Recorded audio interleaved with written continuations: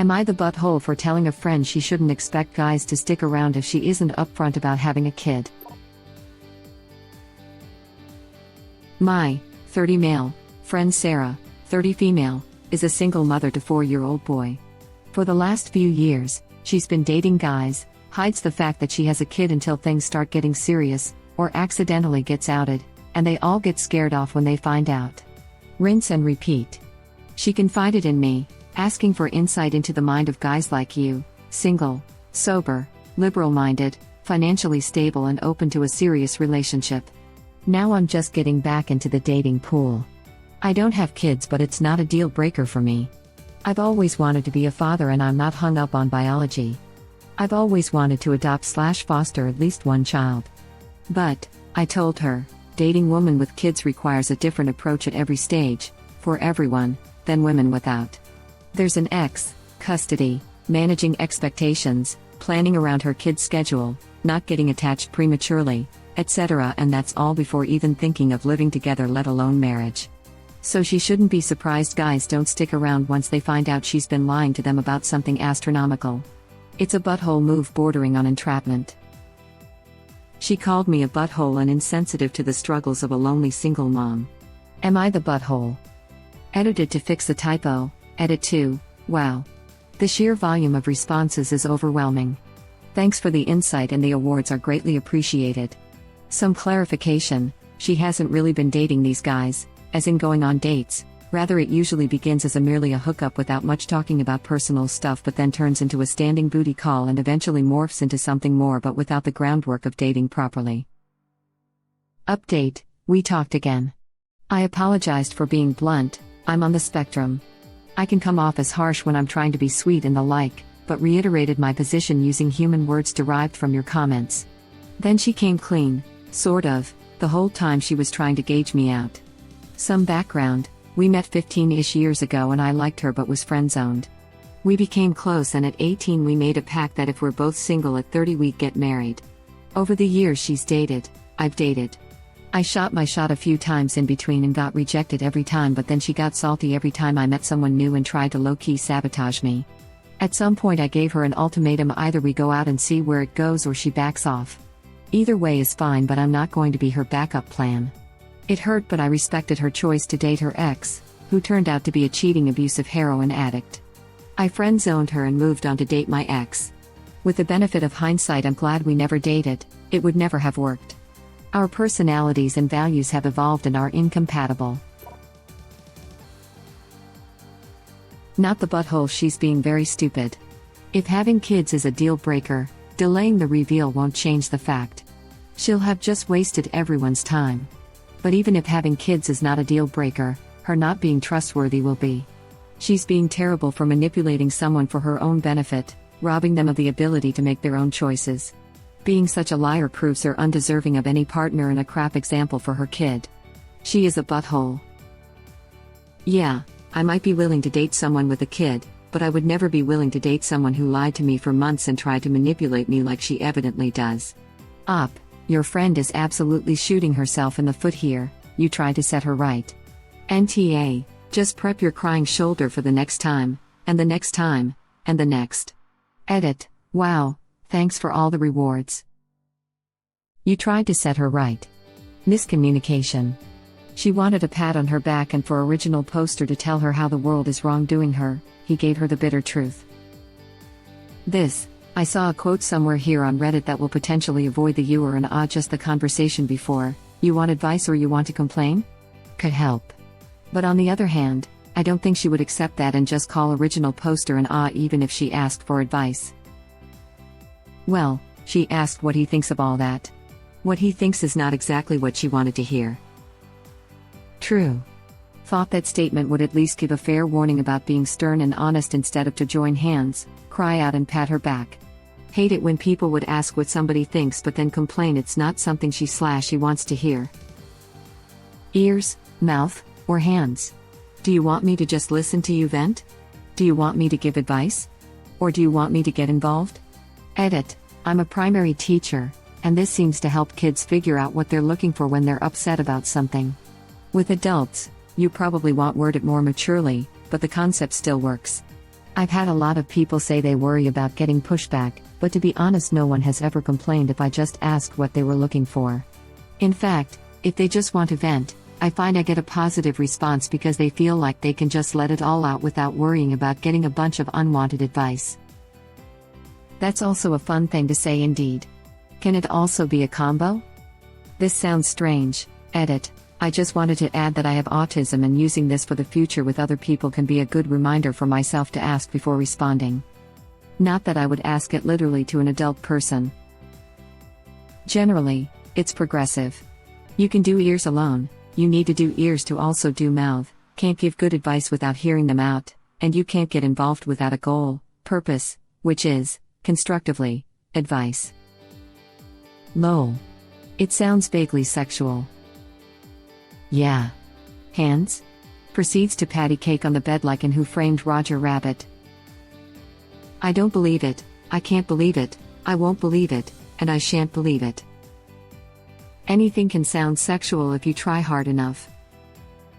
Anything is sexual, if you push hard enough. Keep talking. In my family we ask, do you want comfort or solutions? This seems to be a good adult version to help orient things. I don't have autism, but I'm emotionally stunted and can feel really uncomfortable when other people are being emotional around me. So knowing what the goal is quite helpful for me. Oh, I like that one. Came here to comment this, because this is 100,000% the best way to ask this question. Asking if someone just wants to complain implies a negative connotation to the conversation and makes the person venting feel like a nuisance. Asking if someone needs to vent or wants advice is a much gentler way to put it. I'm going to frame this and put it on my office wall for everyone who enters. I prefer the poorly drawn lines method. Do you want a solution or do you want to be mad? People often just want to be mad. Web link. I prefer are you looking for advice, or are you looking for commiseration/a sympathetic ear? You want to complain? No matter how you actually say it, risks coming off as I roll. You just want to complain, thanks for letting me know, disengaging brain now, and okay, go. Agreed, I should have communicated it better. Hey, we all learn. Cheers, mate. Do you want comfort or advice? Because. Do you want advice or do you want to complain? Gives them two crafty options, which is really only one, because as worded the only real choice is to shut up and I'll tell you what to do, because otherwise by default they are choosing to just complain and no one wants to think of themselves as a whiner. Changing complain to vent would work, too. This is such a smart thing to do. When my friends come to me with issues I always ask, do you want my advice on this or are you looking to vent? It helps me know what they need from me and prevents things like this from happening. Honestly though, it is not even bitter truth. It's just truth.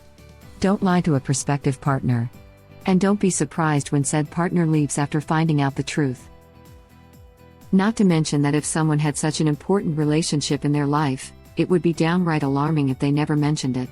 It's deception, but it also doesn't send the greatest message about how much that relationship matters, and that would make me deeply uncomfortable. I get keeping things separate, and I'd understand not bringing every date home to meet the kid, but for F's sake. I'd be weirded out if it took someone more than a few dates to at least casually mention they had a dog. This is not the play. Not the butthole. She is lying about a huge part of her life, so of course they are leaving after they find out. I wouldn't be surprised if any of these guys might have been okay with it had she been upfront about it, but the lying is 100% a deal breaker. Her getting mad at you is because she didn't like your answer. She likely knows she is at fault here but was looking for you to tell her that she wasn't. She's basically catfishing these guys. The logic she is following is that if she gets these guys to see what a great match she is for them, they will overlook the downsides about her. A lot of guys don't see kids as a downside, but lying about major parts of your life to your significant other is always a downside. Real life is not like fairy tales or romantic comedies.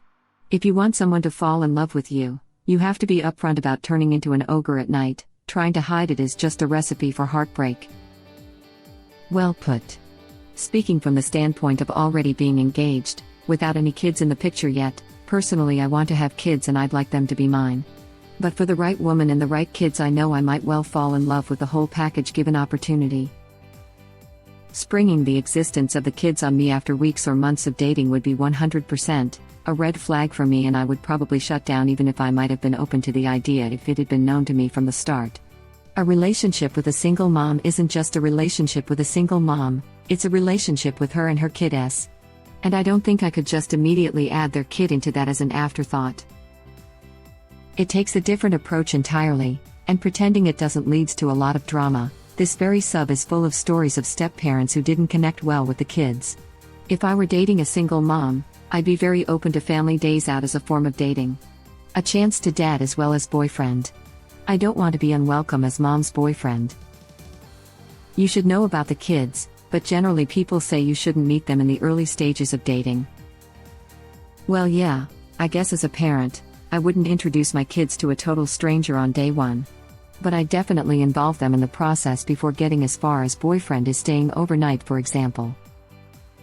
A relationship with a single mom isn't just a relationship with a single mom, it's a relationship with her and her kid-s. And I don't think I could just immediately add their kid into that as an afterthought. And how do you get to know someone who is a mom who doesn't tell you about that part of their life? I feel like that means either they have to hide a part of themselves or they truly treat their kid like an afterthought. Not the butthole. I'm not a man nor am I single, but if I were in the dating pool and dating a guy, and I came to find out way late in the game that he had a child he never mentioned, I'd be so turned off I'd run for the hills. Not because he had a child though, but because your children should come first, and anyone who conducted themselves as if they weren't parents, or failed to prioritize their kids to the point they pretended said kids didn't exist, would be a deal breaker and a turnoff. Your friend's kid should be her priority. And I'd imagine that some of the guys she's dating are turned off by her pretending her kid just doesn't exist. It's seriously weird to not find your own child important enough to mention. Very good point. Also, there is a reason why this question is front and center on most, all, dating sites. It's critical information. To be frank, it's also often advised to not be immediately open about having a kid so as to not attract the kind of person who might be into you because you have a kid. But it's still first third date information, not 3 months down the line. I've selected for myself and searched for people on OkCupid that have doesn't want kids in their profile. Guess what? Got tons of matches with kids. Their logic? Well, I don't want any more kids. So that filter is effing useless anyways. I don't have kids, never want kids. Clearly state this in my bio. Keep getting guys messaging me whose bios say looking to settle down and start a family. Apparently they are searching for women who don't have kids cause they don't want to raise someone else's, but still, dude, read the bio. When I was dating online, I had in my bio wants kids, and every guy who messaged me had doesn't want kids or told me on our second or third date they didn't want kids. Those guys went on trying to convince me how having kids was a bad idea and how I shouldn't want kids. I was always texting back, "Are you high? We're just not a match. Go message other people with this nonsense." Like I'm in my early 30s and had my whole life to decide on kids. I want them. I don't want to date people trying to convince me to change my mind. Just like I wouldn't try to change someone's mind about not wanting them, haha. Seriously. I have no problems with a guy who wants kids, but there's plenty of women out there who want kids. I don't know why some people treat this as if it's something you can compromise on. I'm not looking to change a man's mind, I just point out we have different goals in life and move on. I just got sterilization surgery 2 weeks ago, finally at 34 years old, so maybe telling them I'm unable to have children will help weed them out now. You are a unicorn. Nearly every person, man or woman, who I've told I don't want to be a father has immediately spent at least 15 minutes trying to convince me why I should want them. I spent 15 years saying I don't want kids and asking for sterilization, finally got it 2 weeks ago. Still have people asking if I'm sure and telling me I'm going to regret not having kids. I'm 34 years old and finally free. Also, one thing I find fun is to flip it back on them. Start asking people why they think the world needs more unwanted children. When they look confused, remind them you do not want children and therefore any children you have would be unwanted. If they truly loved children, they wouldn't be encouraging the creation of more unwanted children. Absolutely. I'm so glad someone else pointed it out. My sister dated a man who had a kid and she found out about it months later, and the only way she found out is when she gave him his phone and saw the mother of this guy's child texting about when he was going to pick him up. The richest part of it is that if she didn't see that text, he was never going to tell her. His excuse was, well, most women would get mad and throw water in my face at dinner, as they should. Now, this guy had a lot of issues, but this one was the biggest red flag. Your child should be your first priority, and if you're a good parent, they will always be above anyone else, including your partner. I told my sister the same thing, and that she had to be okay with it. The guy even had the nerve to say, well, we don't have to talk about him or anything, which set off even more alarm bells for me. Yet she forgave him even after I told her that this was a bad idea, but for some reason she still wanted to date him after that and try. The relationship was super toxic, and there's so much more to this story, but from someone who has had the misfortune of watching a loved one go through what Op's friend is putting someone through, I can say that their friend needs to get their priorities straightened out. That's just bad crap. We can just not talk about him. Like, what? I can't imagine being okay with finding out that way or being with a man who was so callous. I hope your sister has moved on to bigger and better things. Thank you for watching. Please subscribe to be the first to know about Red Rabbit Reader's new videos. If you like our videos, please like them on YouTube and share them with your friends. We welcome your comments below. Press to start another of our videos.